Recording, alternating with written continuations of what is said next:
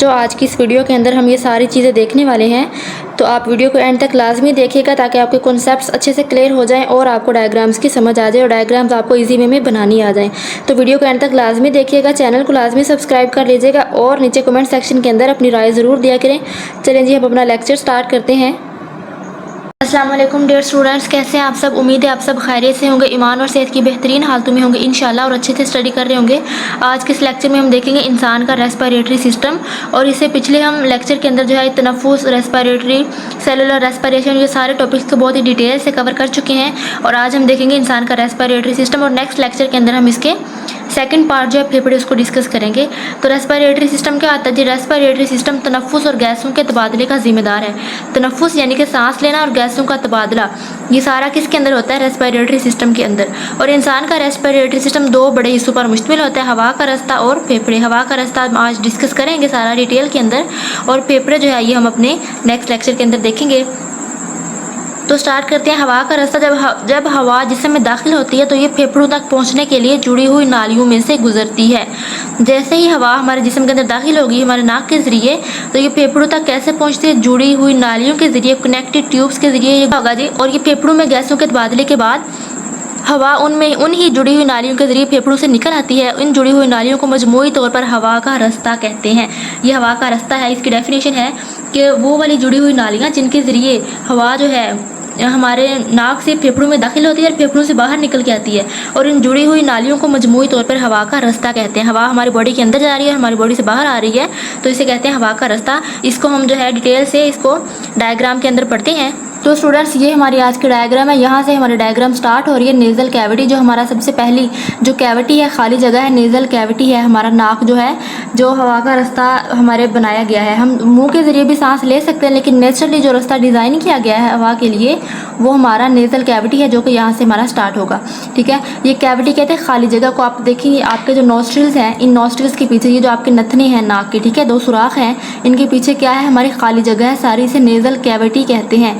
एक और भी कैविटी हमने पढ़ी थी यहाँ पे, वो ये है ओरल कैविटी। ठीक है, इसे हम कहते हैं ओरल कैविटी, जिसके ज़रिए जो हमारे मुंह के अंदर कैविटी है जहाँ पे हम खाना लेके जाते हैं, वो हमारी है ओरल कैविटी। और वो वाली कैविटी जिसके ज़रिए हम सांस लेते हैं, जो नाक के पीछे, नॉस्ट्रिल्स के पीछे, उसे क्या कहते हैं, नेज़ल कैविटी। अब यहाँ से क्या होगा, हवा जो है इन नॉस्ट्रिल्स के ज़रिए, इन नथनों के ज़रिए हवा हमारी नेज़ल कैविटी के अंदर जाएगी यहाँ से, और यहाँ से फिर हवा आगे जाएगी। अब यहाँ से ये हमारी ओरल कैविटी है, ओरल कैविटी जिसके अंदर हम खाना लेके जाते हैं। ठीक है, यहाँ से जो है हमारा खुराक जो है वो जाएगी हमारे मुँह के अंदर, और ये यहाँ से ऐसे आ जाएगी। हमने पढ़ा था कि नेज़ल कैविटी और ओरल कैविटी दोनों जो हैं, खुराक गुजरने का और हवा गुजरने का एक ही रास्ता होता है। ठीक है, सिंगल पैसेज वे होता है, जिससे कि फेरिंग्स कहते हैं। ये आपका बहुत ही इंपॉर्टेंट क्वेश्चन है, एमसीक्यूज में भी बहुत दफ़ा पूछा जाएगा, और शॉर्ट क्वेश्चन में भी। फेरिंग्स क्या होता है, या फिर वो वाला रास्ता जिसके अंदर खुराक और हवा दोनों गुजरते हैं, वो कॉमन पैसेज वे कौन सा है, तो वो हमारा कॉमन पैसेज वे है फेरिंग्स। ठीक है, यहाँ से फेरिंग्स के अंदर आती है। अब क्या होगा, फेरिंग्स के अंदर आने के बाद अब जो है हवा और खुराक दोनों एक ही रास्ते से तो नहीं गुजर सकते, दोनों का अलग-अलग पाथ होना चाहिए। तो फिर यहाँ पे क्या होता है, यहाँ पे दो नालियाँ बन जाती हैं। ठीक है, एक ये पीछे वाली नाली जो है, ये हमारी जो है फूड पाइप है, खुराक की नाली, और ये जो आगे नाली यहाँ पे बनती है, ये हमारी विंड पाइप है, जिसे कि हवा की नाली कहते हैं। अब जहाँ से ये विंड पाइप स्टार्ट होती है, इसके यहाँ पे आपको नज़र आएगा एपिग्लोटिस यहाँ पे। ठीक है, एपिग्लोटिस होगा एक सुराख के ऊपर जो ढकना है, वो एपिग्लोटिस है। यहाँ पे होगा ग्लोटिस, ये एक सुराख है। ठीक है, ग्लोटिस क्या है, एक सुराख है हमारी नेज़ल कैविटी के बाद, और उसके ऊपर उस सुराख को बंद करने के लिए हमारे पास क्या होता है, एक ढक्कन होता है, जिसे कि एपिग्लोटिस कहते हैं। यहाँ पे देखिए एक सुराख होगा ग्लोटिस, और इसके ऊपर यहाँ पे क्या होता है, एपिग्लोटिस। ग्लोटिस एक सुराख है जिसके अंदर से हवा गुजर के हमारे जो है फेफड़ों की तरफ जाती है, हमारी ट्रेकिया की तरफ जाती है। अगर ये ग्लोटिस ना हो तो क्या होगा, जो यहाँ से खाना आ रहा है और हवा दोनों चीज़ें आ रही हैं, ठीक है, तो खाना क्या होगा, यहाँ से इसके अंदर चला जाएगा। लेकिन इसको ऐसा रोकने के लिए क्या होता है, इसके ऊपर एपिग्लोटिस लगा हुआ होता है, कि ढक्कन लगा हुआ होता है इस सुराख के ऊपर, ग्लोटिस के ऊपर, जो कि हवा को गुजरने देता है, लेकिन खाना जब आता है तो यहाँ से ये रास्ता बंद हो जाता है। ठीक है, इस सुराख को बंद कर दिया जाता है ताकि खुराक हमारे सांस की नाली के अंदर ना आ जाए। ठीक है, तो इसे कहते हैं ढक्कन को एपिग्लोटिस, और ये जो सुराख है इसे कहते हैं ग्लोटिस। जैसे ही खुराक आई, एपिग्लोटिस ने आगे ग्लोटिस को बंद कर दिया, ये वाला रास्ता हो गया बंद। ठीक है, और ये वाला रास्ता पीछे वाला खुला हुआ है। तो यहाँ से खाना क्या होगा, जो हमारी है मैदे की तरफ चला जाएगा, यहाँ से फूड पाइप के अंदर हमारा खाना चला जाएगा। ठीक है, अब नेक्स्ट देखिए नॉस्ट्रिल्स और नेज़ल कैविटी। नॉस्ट्रिल्स अब नेक्स्ट देखिए नॉस्ट्रिल्स और नेज़ल कैविटी। नेज़ल कैविटी दो बारीक खाली जगहों पर मुश्तमिल होती है। नेज़ल कैविटी यहाँ पे दो बारीक खाली जगहों पर मुश्तमिल होती है, जिन्हें नॉस्ट्रिल्स या नथने कहते हैं, और फेरेंक्स के दरमियान मौजूद है। ठीक है, नॉस्ट्रिल्स या नथने यहाँ पे होते हैं। जो नेज़ल कैविटी है ये कहाँ पे होती है जी, हमारे नॉस्ट्रिल्स और हमारी फेरेंक्स के दरमियान। ये हमारे नॉस्ट्रिल्स हैं और ये नीचे ये हमारा है जी फेरेंक्स। ठीक है, जिसको हमने कॉमन पैसेज वे कहा था हवा के लिए और खुराक के लिए, जो कि आपके एमसीक्यूज़ और शॉर्ट क्वेश्चन के अंदर लाजमी तौर पे पूछा जाएगा बहुत दफ़ा। तो यहाँ पे देखें, नॉस्ट्रिल्स के ज़रिए हवा नेज़ल कैविटी में दाखिल होती है। नॉस्ट्रिल्स के ज़रिए हवा नेज़ल कैविटी में दाखिल होती है। नेज़ल कैविटी में मौजूद बारीक बाल आने वाली हवा में मौजूद गर्द के ज़रात को फंसा कर उसे फ़िल्टर कर देते हैं। ठीक है, हमारी जो नेज़ल कैविटी है, जो हमारी नेज़ल कैविटी है, इस तरह से यहाँ पे समझे हमारे दो नॉस्ट्रिल्स हैं, यहाँ से जो हवा आ रही है। अब वो कहते हैं नेज़ल कैविटी के अंदर छोटे छोटे हेयर्स होते हैं। ठीक है, बाल होते हैं छोटे छोटे। अब ये बाल क्या करते हैं, आपको फील हो रहा होगा, आप अगर अपने नॉस्ट्रिल्स के अंदर अगर आप यहाँ पे टच भी करें, यहाँ पे आपको जो है हेयर्स नज़र भी आ रहे होते हैं और यहाँ पे आपको हेयर्स फील हो रहे होते हैं। ठीक है, तो यहाँ से जब हवा अंदर आती है तो ये बाल क्या करते हैं, छोटे छोटे गर्द के ज़रात को अपने अंदर ट्रैप कर लेते हैं। ठीक है, अपने अंदर फंसा लेते हैं, ताकि हमारी जो हवा अंदर जा रही है हमारी बॉडी के अंदर, उसके अंदर गर्द के ज़रात जो हैं वो ना जाएं। ठीक है, हवा जो है साफ़ होकर फिल्टर होकर हमारी बॉडी के अंदर जाए। ठीक है, अब यहाँ पे बाल तो होते हैं, बालों के साथ साथ यहाँ पे होता है म्यूकस, चिपचिपा मटेरियल होता है। ठीक है, liquid type, semi liquid type चिपचिपा मटेरियल होगा बिल्कुल। ठीक है, आपने फील भी किया होगा कभी। तो अब ये क्या होता है, ये जो बहुत छोटे हवा के अंदर गर्द के पार्टिकल्स होते हैं ना, बहुत छोटे, जो हमें नज़र भी नहीं आ रहे होते, तो ये चिपचिपा मटेरियल क्या करता है, उन डस्ट पार्टिकल्स को अपने अंदर ट्रैप कर लेता है, उनको अपने अंदर फंसा लेता है और उनको यहाँ पे जमा कर देता है गंद की सूरत में। ठीक है, तो यहाँ पे वो जमा हो जाते हैं गंद की सूरत में पार्टिकल्स। अब जो बड़े थोड़े पार्टिकल्स थे उनको क्या किया था, इन बालों ने ट्रैप कर लिया था। ठीक है, हमारे जो नॉस्ट्रिल्स के अंदर हेयर्स थे उन्होंने ट्रैप कर लिया था, लेकिन उसके अलावा जो उससे भी छोटे पार्टिकल्स थे उनको यहाँ पे म्यूकस ने, ठीक है, ये हमारे बाल हैं नेज़ल कैविटी के अंदर, और यहाँ पे हमारा क्या आता है जी, म्यूकस, जो क्या कर लेता है, ट्रैप कर लेता है बहुत सारे डस्ट के पार्टिकल्स को। यहाँ पे हमारे बाल हैं और यहाँ पे हमारा म्यूकस है, जो कि डस्ट पार्टिकल्स को अपने अंदर ट्रैप कर लेते हैं ताकि हवा फिल्टर होकर हमारे जिस्म के अंदर जाए। नेक्स्ट देखते हैं जी, नेक्स्ट क्या कहते हैं, नेज़ल कैविटी की दीवारों पर मौजूद म्यूकस के गर्द के ज़रात छोटे ज़रात को फंसा लेता है। म्यूकस क्या करता है, छोटे ज़रात को म्यूकस फंसा लेता है अपने अंदर। फिर क्या होता है जी, म्यूकस हवा को गर्म भी करता है और इसका दर्जा हरारत जिस्म के दर्जा हरारत के करीबन बराबर कर देता है। म्यूकस होता है यहाँ पे, वो क्या करेगा, एक तो उसके दो काम है। ठीक है, एक तो वो क्या करेगा जी, गर्द के ज़रात को फंसा लेगा, जो बहुत छोटे छोटे पार्टिकल्स हैं उनको अपने अंदर फंसा लेगा और हवा को साफ़ कर देगा। और दूसरा वो काम ये करता है कि वो क्या करेगा, डस्ट जो है हवा को गर्म करेगा और उसका जो दर्जा हरारत है वो हमारे जिस्म के दर्जा हरारत के बराबर कर देगा। आपने फील किया होगा सर्दियों के अंदर आपका जो नाक है बहुत ज़्यादा ठंडा हो जाता है। ठीक है, और रेड कलर का हमें नज़र आता है नाक जो है, वो क्यों होता है, बाहर से हवा आती है उसका टेम्परेचर बहुत कम होता है, बहुत ठंडी हवा आती है। तो क्या होता है, अब जो यहाँ पे जो नाक के अंदर म्यूकस है उसका काम है उस हवा के टेम्परेचर को कम कर देना। म्यूकस के हमने दो काम पढ़े, एक तो ये क्या करता है, डस्ट पार्टिकल्स को अपने अंदर ट्रैप कर लेता है, और दूसरा इसका काम क्या था, एक तो डस्ट के पार्टिकल्स को अपने अंदर ट्रैप कर लेना, दूसरा क्या काम था, दर्जा हरारत को हमारी बॉडी के दर्जा हरारत के बराबर करना, जो टेम्परेचर है इसको नॉर्मल करना। ये दो काम है जी म्यूकस के। आपने सर्दियों में फील किया होगा जब आप सांस ले रहे होते हैं, ठीक है, नाक के जरिए, तो आपका नाक बहुत ज़्यादा रेड हो जाता है या फिर आपका नाक बहुत ज़्यादा ठंडा हो जाता है। सर्दियों में बहुत सारे लोगों के साथ ये इशू होता है। ठीक है, तो वो क्यों होता है, क्योंकि जो बाहर से जो हवा आ रही है उसका टेम्परेचर बहुत कम है सर्दियों में। ठीक है, जो हवा है उसका टेम्परेचर क्या है, बहुत ही कम है, ठंडी हवा होती है। ठीक है, अब म्यूकस का काम क्या है, उसके टेम्परेचर को जिस्म के टेम्परेचर के मुताबिक करना। हमारी बॉडी का टेम्परेचर कितना होता है आपको पता है, हमारी बॉडी का तो 37 डिग्री सेंटीग्रेड नॉर्मल टेम्परेचर होता है। अब म्यूकस क्या करेगा, उस हवा को क्या करेगा, टेम्परेचर को उसको नॉर्मल करने के लिए यहाँ पे जो हीट को एब्जॉर्ब कर लेगा खुद, ठीक है। अब इसकी जो अपनी हीट थी वो इस हवा को दे देगा और इसको आगे बॉडी के अंदर ट्रांसफ़र कर देगा। तो वो हीट जो हमारी बॉडी के अंदर जा रही होती है वो उसका टेम्परेचर क्या होता है, नॉर्मल हो जाता है। उसका टेम्परेचर हमारी बॉडी का टेम्परेचर जितना हो जाता है। लेकिन यहाँ पर जो नाक था वो अब ठंडा हो चुका है, क्योंकि उसने जो एक्स्ट्रा हीट है जो उसने खुद ले ली और अपनी हीट उसने क्या कर दी, आगे ट्रांसफ़र कर दी है। तो ये म्यूकस के 2 काम हमने देख लिए। नेक्स्ट पार्ट देखें जी, फेरेंक्स। फेरेंक्स अब क्या होता है, नेज़ल कैविटी फेरेंक्स में खुलती है। नेज़ल कैविटी कहाँ पे खुलती है, फेरेंक्स के अंदर। यहाँ पे देखें जो नेज़ल कैविटी थी नॉस्ट्रिल्स के बाद, नेज़ल कैविटी कहाँ पे आके खुलेगी, फेरेंक्स के अंदर। ये जहाँ से खाना जा रहा था ओरल कैविटी है और ऊपर से नेज़ल कैविटी आ रही है, ये जहाँ पे मिल रही हैं दोनों, इसे कहते हैं फेरेंक्स, ठीक है। वो रास्ता जहाँ पे हवा की नाली और सांस की नाली दोनों आपस में मिलती हैं उसे फेरेंक्स कहते हैं। तो फेरेंक्स क्या है जी, फेरेंक्स के फर्श पर एक सुराख ग्लोटिस है। फेरेंक्स के फर्श पर यानी उसके निचले हिस्से की तरफ, इसको भी हम डायग्राम के अंदर देखते हैं, पहले यहाँ से पढ़ लेते हैं। फेरेंक्स का जो निचला हिस्सा जो फर्श है वहाँ पे सुराख है जिसे ग्लोटिस कहते हैं, वो लेरेंक्स के अंदर खुलता है। फेरेंक्स के बाद आ जाएगा लेरेंक्स। एक पर्दा ग्लोटस इसकी हिफाजत करता है जिसे एपीग्लोटस कहते हैं। पर्दे का नाम है एपीग्लोटस। ये खुराक और माए की नाली को माए को हवा की नाली यानी ट्रेकिया और फेफड़ों में दाखिल होने से रोकता है। ये कॉन्सेप्ट हम पहले पढ़ चुके हैं, अभी इसको हम थोड़ा सा और डिटेल के अंदर देख लेते हैं। देखिए यहाँ से हम पढ़ रहे थे nasal cavity, nostrils nasal cavity, यहाँ से आके फूड का रास्ता और हवा का रास्ता मिल गए, फेरेंक्स बन गया। फेरेंक्स के नीचे हमने अब पढ़ा यहाँ पे सुराख है जिसे फेरेंक्स के फर्श के ऊपर, ये फेरेंक्स है ना, इसका ये फर्श है निचला हिस्सा, ठीक है। यहाँ पे है सुराख जिसे ग्लोटिस कहते हैं और इसका ऊपर जो ढक्कन है जिसे एपीग्लोटिस कहते हैं। अभी हमने बुक के ऊपर से पढ़ा कि ये ग्लोटिस क्या करेगा, एपीग्लोटिस इस ग्लोटिस को बंद कर देगा ताकि हवा जो है, खाना जो है वो हवा की नाली के अंदर ना जाए, बल्कि खाना कहाँ जाए, यहाँ पे चला जाए, ठीक है। यहाँ से एक दफ़ा फिर इसको देखते हैं, ऐसे होगा ये, ठीक है, ऐसे बिल्कुल ऐसे ही होगा ये सेम। यहाँ से ऊपर है जी सुराख जिसे कि ग्लोटिस कहते हैं। एपीग्लोटिस आएगा और उस ग्लोटिस को ऐसे बंद कर देगा, ठीक है। अब ये रास्ता बंद हो गया। अब यहाँ से नीचे क्या है जी, यहाँ से नीचे है लेरेंक्स, ठीक है। ये आपका लेरेंक्स नज़र आ रहा है, यहाँ से होगा, यहाँ से स्टार्ट हो जाएगा आपका लेरेंक्स। ग्लोटिस उस सुराख को कहते हैं जो कि फेरेंक्स के फर्श के ऊपर होता है।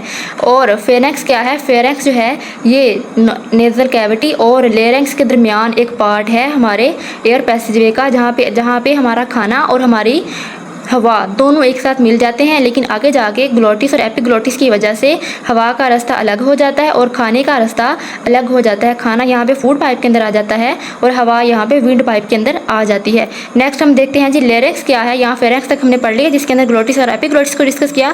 अब नेक्स्ट हम डिस्कस करेंगे लेरेंक्स को, जो कि फेरेंक्स और ट्रेकिया के दरमियान है। फेरेंक्स और ट्रेकिया के दरमियान आता है जी हाँ, यहाँ पे हमारा लेरेंक्स। अब इसको डिस्कस करते हैं। नेक्स्ट हमारा पार्ट है जी लेरेंक्स। लेरेंक्स को देखें, ये फेरेंक्स और ट्रेकिया के दरमियान एक खाना है, ठीक है। लेरेंक्स को यहाँ पे देखें, फेरेंक्स और ट्रेकिया, ये हमारा फेरेंक्स है और ये नीचे है हमारा ट्रेकिया। इन दोनों के दरमियान में हमारा कौन सा पार्ट है, लेरेंक्स, ठीक है। फेरेंक्स और ट्रेकिया के दरमियान एक पार्ट होता है जिसे लेरेंक्स कहते हैं, ठीक है। ये आवाज़ पैदा करने वाला खाना भी कहते हैं, इसे वॉइस बॉक्स भी कहते हैं। वो वाला बॉक्स जहाँ पे आवाज़ हमारी पैदा होती है। किस तरह पैदा होती है ये भी हम नेक्स्ट देखते हैं, कैसे हमारी आवाज़ पैदा होती है। लेरेंक्स की अंदरूनी दीवारों के साथ 2 रेशेदार पट्टियों का जोड़ा लगा हुआ था, फाइब्रस बैंड लगा होता है अंदरूनी साइड पे। इन पट्टियों को वोकल कार्ड्स कहते हैं। वोकल कार्ड्स में पैदा होने वाले इर्ताज से आवाज़ पैदा होती है। आपका शॉर्ट क्वेश्चन भी आ सकता है, एमसीक्यूज भी आ सकता है। वोकल कार्ड्स क्या होते हैं जी, वो वाली रेशेदार पट्टियाँ जो लेरेंक्स के अंदर लगी होती हैं। इसके अगर हम डायग्राम बना के देखें, ये समझे हमारा लेरेंक्स है, ठीक है। इसके दोनों साइड पे जो है रेशेदार पट्टियाँ लगी होती हैं कार्टिलेज की बनी हुई, ठीक है। उनको कहते हैं वोकल कार्ड्स, ठीक है। अब हवा जो होगी यहाँ से आएगी, सबसे पहले नॉस्ट्रिल से गुजरती हुई, नेज़ल कैविटी से गुजरती हुई, फेरेंक्स से गुजरती हुई यहाँ पे लेरेंक्स के अंदर आएगी। अब यहाँ पे ये दोनों पट्टियाँ लगी हुई हैं दोनों साइड के ऊपर, ठीक है। जब हवा यहाँ से गुजरेगी तो यहाँ पे वाइब्रेशन पैदा होगी, ठीक है। दो जब पट्टियों के दरमियान से कार्टिलेज हड्डी नहीं होती, कार्टिलेज आपको पता थोड़ी नरम हड्डी होती है, ठीक है, मुरकरी हड्डी होती है, नरम हड्डी जो मुड़ भी सकती है। जैसे अगर आप अपने नाक के अंदर टच करें, नाक की जो नरम हड्डी होती है वो भी हमारा कार्टिलेज है। जो हमारे कान के अंदर हड्डी होती है वो भी कार्टिलेज होती है, ठीक है, नरम हड्डी। हमारे वर्टिब्रल कॉलम के अंदर भी ये मौजूद होती है। तो जब हवा यहाँ से गुजरेगी तो यहाँ पे इर्ताश पैदा होगा, यहाँ पे वाइब्रेशन पैदा होगी, ठीक है। वाइब्रेशन से क्या होता है, साउंड प्रोड्यूस होती है। अब ये वोकल कार्ड्स हिलेंगे यहाँ से जैसे जैसे हवा गुजरेगी। जैसे गिटार के स्प्रिंग्स होते हैं, उनको जब छेड़ते हैं वहाँ से हवा जब गुजरती है ज़ोर से तो वो उनके अंदर वाइब्रेशन पैदा होती है और वहाँ से आवाज़ पैदा होती है। ऐसे ही हमारे गले के अंदर भी जब इन वोकल कार्ड्स के अंदर से हवा गुजरेगी, ये दोनों आपस में वाइब्रेट करेंगे, टच करेंगे और उससे क्या होगा, आवाज़ पैदा होगी। यहाँ बताया गया है वोकल कार्ड्स में इर्ताश और होंठों, रुखसार, ज़ुबान और जबड़ों की हरकत से मखसूस साउंड पैदा होती है। वोकल कार्ड्स में जो इर्ताश वाइब्रेशन उसकी वजह से भी, होंठों के अंदर रुखसार, हमारे जो गाल हैं, ज़ुबान और जबड़ों की हरकत की वजह से भी मखसूस साउंड पैदा होती है, जिससे हमारी बोल चाल की आवाज़ बनती है, स्पीच बनती है। जैसे हम हवा को अपने अंदर लेके जाते हैं, जिस तरह से हम उसका प्रेशर बनाते हैं, ठीक है, कभी हम आवाज़ को तेज़ कर लेते हैं, कभी आवाज़ को नरम कर लेते हैं, तो इससे हमारी बोल चाल की आवाज़ बनती है। कभी सॉफ्ट आवाज़ होती है, कभी सॉफ्ट आवाज़ होती है, कभी हमारी आवाज़ सख्त होती है, ठीक है। जैसे हम हवा को अपने अंदर कंट्रोल करते हैं। जैसे सिंगर्स होते हैं, उनकी जो है आवाज़ बहुत ज़्यादा अच्छी होती है। वो कैसी होती है, उन्होंने क्या किया होता है, अपने वोकल कार्ड्स को ट्रेन किया होता है कि उन्होंने अपने वोकल कार्ड्स को किस तरह से वाइब्रेट करना है। उनकी प्रैक्टिस होती है बहुत ज़्यादा, तो वो अपने हिसाब से अपने वोकल कार्ड्स को ट्रेन कर लेते हैं और उनकी आवाज़ पैदा होती है। नेक्स्ट देखें जी, ट्रेकिया और ब्रोंकाई। ट्रेकिया क्या है जी, हमने देखा था यहाँ पे, ये ट्रेकिया है, नेजल कैविटी, नेरेंक्स, नॉस्ट्रल्स के बाद फेरेंक्स और यहाँ से ग्लॉटिस, एपिग्लॉटिस में आने के बाद लेरेंक्स आया था, और लेरेंक्स के बाद ये जो नाली आपको नज़र आ रही है ये ट्रेकिया कहलाती है, ट्रेकिया, ठीक है। यहाँ से देखें, ट्रेकिया हवा की नाली है जो करीबन 12 सेंटीमीटर लंबी होती है। 12 सेंटीमीटर लंबी होगी, ये लेरेंक्स के साथ जुड़ी होती है। ट्रेकिया किसके साथ जुड़ी होगी, लेरेंक्स के साथ, और 2 शाखों पर ख़त्म हो जाती है, जिन्हें ब्रोंकाई वाहद ब्रोंकस कहते हैं, ठीक है। ट्रेकिया आगे जाके 2 में डिवाइड हो जाती है, हम इसको डिटेल के अंदर डायग्राम के अंदर देखते हैं, जिसे ब्रोंकस कहते हैं, वाहद ब्रोंकाई वाहद ब्रोंकस कहते हैं। हर ब्रोंकस अपनी जानब के फेफड़े में दाखिल होती है, ठीक है। यहाँ पे देखें, ये ट्रेकिया है, यहाँ पे आपका लेरेंक्स है, लेरेंक्स के बाद आपका ये है ट्रेकिया, ठीक है, ट्रेकिया। इसके अंदर क्या है जी, उन्होंने कहा सी शक्ल के कार्टिलेज लगे हुए हैं, सी शक्ल के कार्टिलेज ट्रेकिया के अंदर। ट्रेकिया आगे जाके 2 शाखों में तकसीम हो जाता है, जिसे ब्रोंकाई कहते हैं दोनों को, और अगर एक की बात करें तो उसे कहेंगे ब्रोंकस। एक ये ब्रोंकस और एक ये ब्रोंकस है, ठीक है। ट्रेकिया और ब्रोंकाई की अंदरूनी दीवारों पर म्यूकस और सीलिया होते हैं। म्यूकस भी होता है और साथ में क्या होते हैं, सीलिया। म्यूकस मिट्टी के बारीक ज़रात और बैक्टीरिया को पकड़ता है, और सीलिया बैरूनी ज़रात को म्यूकस के साथ ही ऊपर फेरेंक्स की जानिब धकेलते हैं। पार्ट जो आपको नज़र आ रहा है, हमने हमारे रेस्पिरेटरी सिस्टम का, इसे ट्रेकिया कहते हैं। इसे क्या कहते हैं जी, ट्रेकिया। वो कहते हैं ट्रेकिया के अंदर क्या आता है, म्यूकस। एक तो यहाँ पे सी शक्ल के कार्टिलेज लगे हुए हैं, ठीक है, सी शक्ल के कार्टिलेज, और इसके अलावा इसके अंदर म्यूकस होता है। पहले यहाँ से देखिए, ट्रेकिया आगे जाके डिवाइड हो गया 2 पार्ट्स के अंदर। इन दोनों को हम कहते हैं ब्रोंकाई, इन दोनों को हमने क्या कह दिया, ब्रोंकाई। लेकिन अगर हम सिर्फ एक की बात करें तो उसे हम कहेंगे ब्रोंकस। एक ये ब्रोंकस हो गया, एक ये ब्रोंकस। अब ये ब्रोंकाई आगे जाके डिवाइड हो जाएंगे ब्रोंक्यूल्स के अंदर। ये बहुत छोटी छोटी शाखें होती है, बिल्कुल बारीक बारीक, इन्हें कहते हैं ब्रोंक्यूल्स, जिनको अभी हम नेक्स्ट थोड़ा सा डिटेल के अंदर पढ़ेंगे। तो पहले ट्रेकिया को देख लेते हैं। ट्रेकिया, अब ट्रेकिया आगे जाके 2 में डिवाइड हो जाएगा ऐसे, जिन्हें हमने ब्रोंकाई कहा था। वो कहते हैं ट्रेकिया के अंदर एक तो यहाँ पे होता है म्यूकस, ठीक है, ये तो सी शक्ल के कार्टिलेज के दरमियान यहाँ पे लगा होगा म्यूकस, और साथ में यहाँ पे क्या होते हैं, सीलिया। सीलिया क्या होते हैं, आपने सीलिया और फ्लेजेला पढ़ा होगा 9th क्लास के अंदर, ठीक है। फ्लेजेला जो थे वो भी प्लाइका से बड़े बड़े स्ट्रक्चर होते थे, जैसे ये बैक्टीरिया है उसके पीछे फ्लेजेला लगा हुआ, ठीक है, तो ये इसको मूव करने में हेल्प करता था। इसके अलावा सीलिया क्या होते हैं, जैसे ये समझें कोई स्ट्रक्चर है, ठीक है, ये इसके बिल्कुल बारीक बारीक ऐसे बाल लगे हुए होते हैं, इसे कहते हैं सीलिया। ये फ्लेजेला की तरह होते हैं, लेकिन ये बहुत छोटे छोटे होते हैं और तादाद में बहुत ज़्यादा होते हैं। तो वो कहते हैं यहाँ पे म्यूकस होगा और ट्रेकिया के अंदर होंगे सीलिया, ठीक है। सीलिया क्या करते हैं, मूव करते हैं, ये एक ही तरह से मूव करते हैं, एक ही डायरेक्शन के अंदर, ठीक है, और किसी चीज़ को ये हरकत करने में, मूव करने में हेल्प करते हैं। अब ट्रेकिया, अब हमारे ट्रेकिया के अंदर तो सीलिया का कोई काम नज़र नहीं आ रहा कि ये क्या मूवमेंट करेंगे यहाँ पे, ठीक है। यहाँ पे मूवमेंट तो कुछ नहीं होती, लेकिन यहाँ पे मूवमेंट होती है। हमने ऊपर से देखा था नॉस्ट्रिल्स के अंदर जो थे, हमने ऊपर देखा था नॉस्ट्रिल्स के अंदर म्यूकस था और वहाँ पे बाल थे, ठीक है। बाल और म्यूकस जो थे वो गर्द के ज़र्रात को अपने अंदर पकड़ रहे थे, ठीक है, वो हमारी हवा को साफ़ कर रहे थे। लेकिन बाय चांस ऐसा हो सकता है कि कुछ ऐसे पार्टिकल्स हों, डस्ट के बहुत छोटे छोटे पार्टिकल्स हों, जो कि हमारे नोस्ट्रिल के अंदर जो है वो पकड़े ना जाएँ। वो कहाँ पर आ जाते हैं, यहाँ पर हमारे ट्रेकिया के अंदर आ जाते हैं, ठीक है, वो यहाँ पर हमारे ट्रेकिया के अंदर आ जाएंगे। अब यहाँ पर भी ऐसा अल्लाह ताला ने निज़ाम रखा है कि कोई भी जो डस्ट पार्टिकल्स हैं वो हमारे फेफड़ों के अंदर ना जाएँ, हमारे लंग्स के अंदर ना जाएँ, ताकि हमारे लंग्स डैमेज ना हो, ठीक है। इतना ज़्यादा डेलिकेट निज़ाम अल्लाह ताला ने हमारे लिए बनाया हुआ है। अब यहाँ पे ट्रेकिया को वो क्या करेंगे, म्यूकस यहाँ पे पकड़ लेगा उनको, ठीक है, और सीलिया क्या करेंगे, सीलिया ऊपर की तरफ हरकत करेंगे, ऐसे ऊपर की तरफ मूव करेंगे, और जो भी पार्टिकल नीचे की तरफ आ रहे थे, डस्ट पार्टिकल, इनको मूव करके ऊपर की तरफ इकट्ठा करते जाएंगे, ऊपर यहाँ से दोनों साइडों से ऊपर की तरफ मूव करते जाएंगे, यहाँ पे सिरे के ऊपर ले आएंगे। यहाँ से ऊपर आपने देखा था, यहाँ पे ऊपर क्या था जी, हमारे ट्रेकिया के ऊपर था हमारा लेरेंक्स, और लेरेंक्स के ऊपर था हमारा फेरेंक्स, वो रास्ता जहाँ से हवा और खुराक दोनों जाते हैं। लेकिन यहाँ से हवा की नाली अलहदा हो गई थी, और जो है हवा की नाली अलहदा हो गई थी और यहाँ से खुराक की नाली दूसरी तरफ चली गई थी। अब समझे यहाँ पे फेरेंक्स है, ठीक है, समझने के लिए यहाँ पे देख लें, यहाँ पे फेरेंक्स है।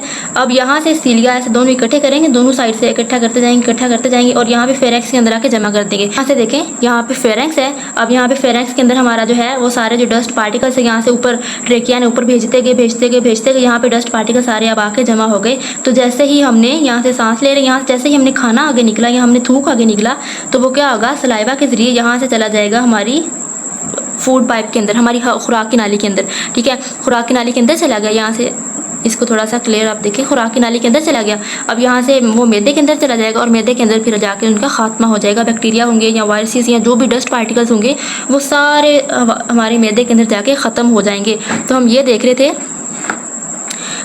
अपना ब्रोंकाई और ब्रोंक्यूल्स। हम ट्रेकिया पढ़ चुके हैं, जो कि जिसे विंड पाइप भी कहते हैं, हवा की नाली कहते हैं, जिसके अंदर सी शक्ल के कार्टिलेज लगे हुए हैं, सी शक्ल के, ठीक है। और वो आगे जाके दो ब्रोंकाई में डिवाइड हो गया था। दोनों ब्रोंकाई जो है, ये ब्रोंकस इस लंग के अंदर चला जाएगा और ये वाला ब्रोंकस इस वाले लंग के अंदर चला जाएगा। और वो कहते हैं जो ब्रोंकाई की दीवारें हैं इसके अंदर प्लेट की तरह के कार्टिलेज लगे होते हैं, ठीक है। ये मेन डिफरेंस है हमारे ट्रेकिया का और हमारे ब्रोंकाई का। ट्रेकिया के अंदर सी शक्ल के कार्टिलेज हैं और जो ये हमारे ब्रोंकाई हैं, ठीक है, ब्रोंकाई ये वाले, इसके अंदर है हमारे प्लेट की तरह के कार्टिलेज। अब जैसे जैसे ब्रोंकाई आगे जाते जाएंगे, आगे ये बारीक बारीक नालियों में डिवाइड होते जाएंगे और बिल्कुल ही छोटी छोटी नालियाँ बना देंगे, ठीक है, जिसे हम कहते हैं ब्रोंक्यूल्स। वो कहते हैं ये जो कार्टिलेज है ये ट्रेकिया को सिकुड़ने से बचाता है। यहाँ पे देखें, ये जो कार्टिलेज है ये ट्रेकिया और ब्रोंकाई को सिकुड़ जाने से बचाते हैं, हत्ता कि इनके अंदर हवा मौजूद ना भी हो। ब्रोंक्यूल्स और एल्वियोलाई, फेफड़ों में ब्रोंकाई तकसीम दर तकसीम होकर बहुत बारीक नालियाँ बना देते हैं, जिन्हें ब्रोंक्यूल्स कहते हैं, ठीक है। ब्रोंकाई तकसीम होंगे और ब्रोंक्यूल्स बना देंगे। जैसे जैसे ये तकसीम होते जाती हैं, इनकी दीवारों का कार्टिलेज की मिकदार कम होती जाती है। नतीजे में क्या होता है, सबसे छोटी ब्रोंक्यूल में कार्टिलेज बिल्कुल भी नहीं होती। हर ब्रोंक्यूल का इख्तिताम छोटी नाली में होता है। ये नाली हवा की थैलियों के एक गुच्छे में खुलती है और इन थैलियों को एल्वियोलाई, वाहद एल्वियोलस कहते हैं। नेक्स्ट हम इसके डायग्राम भी देखते हैं। एल्वियोलस की दीवारें बहुत बारीक होती हैं और इसके गिर्द ब्लड कैपिलरीज से लिपटी हुई होती हैं। जब एल्वियोलाई में पहुंचती है तो उसमें ऑक्सीजन खून में दाखिल हो जाती है और खून से कार्बन डाइऑक्साइड इसमें हवा में आ जाती है। इसको हमने एक दफ़ा अच्छे से देख लिया। अब हम इसके कॉन्सेप्ट को डायग्राम की मदद से समझते हैं। यहाँ से आपको थोड़ा सा अपने मोबाइल को जिसके अंदर आप देख रहे हैं थोड़ा सा फ्लिप करना पड़ेगा। ये छोटा सा कॉन्सेप्ट समझ के फिर हम आगे जो है फिर दूसरी तरह से पढ़ना शुरू कर देंगे, ठीक है। यहाँ पे देखें, ये हमारा लेरेंक्स है और ये हमारा ट्रेकिया है, ठीक है। ट्रेकिया ये आगे जाके डिवाइड हो गया दो ब्रोंक्यूल्स के अंदर, एक ब्रोंकाई के अंदर वाहद ब्रोंकस और ये वाला वाहद ब्रोंकस। आगे उन्होंने कहा कि हर ब्रोंकाई आगे जाके मजीद छोटी छोटी नालियों में तकसीम हो जाता है, जिन्हें ब्रोंक्यूल्स कहते हैं। ये ब्रोंक्यूल्स लिखा हुआ है, जिन्हें क्या कहते हैं, ब्रोंक्यूल्स। अब वो कहता है वो जो ब्रोंक्यूल्स हैं इनके अंदर कार्टिलेज बिल्कुल आहिस्ता आहिस्ता खत्म होना शुरू हो जाता है, बिल्कुल कार्टिलेज खत्म हो जाता है, क्योंकि ये बहुत बारीक होती जा रही हैं तो कार्टिलेज की इनके अंदर ज़रूरत ही नहीं पड़ती, ठीक है। अब क्या होगा, यहाँ पे आगे छोटी छोटी वो कहते हैं हवा की थैलियाँ बन जाती हैं, जिसे एल्वियोलाई कहते हैं। उन हवा की थैलियों को क्या कहते हैं, एल्वियोलाई। यहाँ पे देखें, हवा की ऐसे थैलियाँ बनी होती हैं अंगूरों के गुच्छों की तरह, इसे हम कहते हैं एल्वियोलाई। एल्वियोलाई के अंदर क्या होता है, गैसेस का एक्सचेंज होता है। इसकी हम डायग्राम को देखते हैं।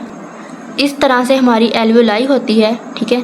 एल्वियोलाई के अंदर उन्होंने कहा है गैसेस का एक्सचेंज होगा। जो बाहर से हवा आ रही है उसके अंदर आपको पता है, हम पीछे भी पढ़ के आ चुके हैं डिटेल के अंदर, इसके अंदर होती है ऑक्सीजन। क्या आती है, ऑक्सीजन। इसको हमने रेड कलर से शो किया हुआ है, ठीक है। एल्वियोलाई के अंदर आ गई हमारी ऑक्सीजन बाहर से, ठीक है, जो हमने सांस लिया नॉस्ट्रिल्स के ज़रिए ऑक्सीजन आ गई। अब यहाँ पे क्या है, एल्वियोलाई के ऊपर है कैपिलरीज का गुच्छा, ब्लड कैपिलरीज का जाल बिछा हुआ ऐसे, ठीक है। अब जो ब्लड कैपिलरी है, ऐसे बना के देख लेते हैं, जो ब्लड की कैपिलरी है, ठीक है, इसके अंदर है हमारा ब्लड, जिसके अंदर है हमारी कार्बन डाइऑक्साइड, ठीक है। उसके अंदर है हमारी कार्बन डाइऑक्साइड। ये कार्बन डाइऑक्साइड कहाँ से आई थी, ये पिछले लेक्चर के अंदर हमने डिटेल के अंदर पढ़ा हुआ। ये कार्बन डाइऑक्साइड कहाँ से आई थी, जो कि सेलुलर रेस्पिरेशन हुई थी, इसका फर्स्ट टॉपिक जो है। ये कार्बन डाइऑक्साइड ब्लड के अंदर थी, ये आ जाएगी यहाँ पे एल्वियोलाई के अंदर, और एल्वियोलाई के अंदर जो ऑक्सीजन थी ये चली जाएगी ब्लड कैपिलरी के अंदर और यहाँ पे गैसेस का एक्सचेंज हो जाएगा। ये अब ब्लड हो चुके हैं ऑक्सीजनेटेड। ऑक्सीजन एल्वियोलाई के अंदर से ब्लड कैपिलरी के अंदर आ चुकी है और ब्लड कैपिलरी ने जो सारी कार्बन डाइऑक्साइड को जमा किया हुआ था वो ये लेके आ जाएगी यहाँ पे एल्वियोलाई के अंदर, और एल्वियोलाई से फिर ये बाहर की तरफ जाएगी कार्बन डाइऑक्साइड, और यहाँ से नॉस्ट्रिल्स के ज़रिए यहाँ से वापस उसी रास्ते से गुजरते हुए हमारी जो कार्बन डाइऑक्साइड है ये हमारे नाक से बाहर निकल जाएगी। तो इस तरह से यहाँ से गैसेस का एक्सचेंज होता है, ठीक है। ये एक और चीज़ को समझ लें, ये जो कार्बन डाइऑक्साइड थी ये कैसे, ये ब्लड के अंदर कैसे आई, ब्लड के अंदर ऐसे आई कि पीछे हमने पढ़ा था सेल्स होते हैं जिनके अंदर कार्बन डाइऑक्साइड बन रही थी, ऑक्सीडेशन रिएक्शंस के ज़रिए ग्लूकोज टूट रहा था। ठीक है, ऑक्सीजन की मौजूदगी में ग्लूकोज टूट रहा था, उससे कार्बन डाइऑक्साइड बनी थी और पानी और एटीपी बना था। ठीक है, तो ये क्या होगा, ये सेल के पास आएगी हमारी ब्लड की कैपिलरी, उस कैपिलरी के अंदर ऐसा नहीं होगा कि डायरेक्ट ही जो है कार्बन डाइऑक्साइड सेल के अंदर से इस कैपिलरी में आएगी और कैपिलरी सीधी एल्विलाई के पास आ जाएगी, ऐसे नहीं होता। वो कैपिलरी के अंदर से ब्लड जमा होकर फिर वो जाएगा हार्ट के पास। ठीक है, दिल के हमने देखा था एक साइड पे ऑक्सीजनेटेड खून है और राइट साइड पे जो है डीऑक्सीजनेटेड खून आ रहा होता है। ठीक है, तो वहाँ पे क्या होगा, ये सारा ब्लड के पास दिल के पास जाएगा, हार्ट के पास, और हार्ट इसको क्या करेगा, पंप करेगा लंग्स की तरफ। ठीक है, ताकि ऑक्सीजन इसके अंदर शामिल हो जाए। तो यहाँ पे फिर आर्टरीज, वेन्स, कैपिलरीज के ज़रिए यहाँ पे आ जाएगा, इन कैपिलरीज के पास आ जाएगा, वो वाली कैपिलरीज जो कि हमारे एल्वियोलाई के ऊपर थी, और यहाँ पे आके फिर गैसेस का एक्सचेंज होगा। उम्मीद है आपको अच्छे से समझ आ चुकी होगी इस लेक्चर की। नेक्स्ट लेक्चर के अंदर हम डिस्कस करेंगे हमारे फेफड़ों को, जो कि बहुत इंपॉर्टेंट टॉपिक है इस चैप्टर का। और आपको पता है कि इस चैप्टर में से आपके 4 शॉर्ट क्वेश्चन आने हैं। हमने आज के टॉपिक के अंदर हवा का रास्ता जो है सारा अच्छे से क्लियर कर लिया, और उसके अंदर जो भी शॉर्ट क्वेश्चंस बनते हैं वो भी हमने सारे इसके पैसेज बेस को देख लिया। एक एक पार्ट को डिटेल के अंदर हम पढ़ चुके हैं। अगर आपको कोई भी क्वेश्चन हो तो कमेंट सेक्शन में लाजमी पूछिएगा, अपनी राय का इजहार लाजमी किया करें। और अगर आपको वीडियो अच्छी लगी हो तो इसको लाजमी लाइक कर दीजिएगा, चैनल को सब्सक्राइब कर दीजिएगा, और नेक्स्ट वीडियो का इंतज़ार कीजिएगा। अपना बहुत सारा ख्याल रखिएगा। अल्लाह हाफिज़।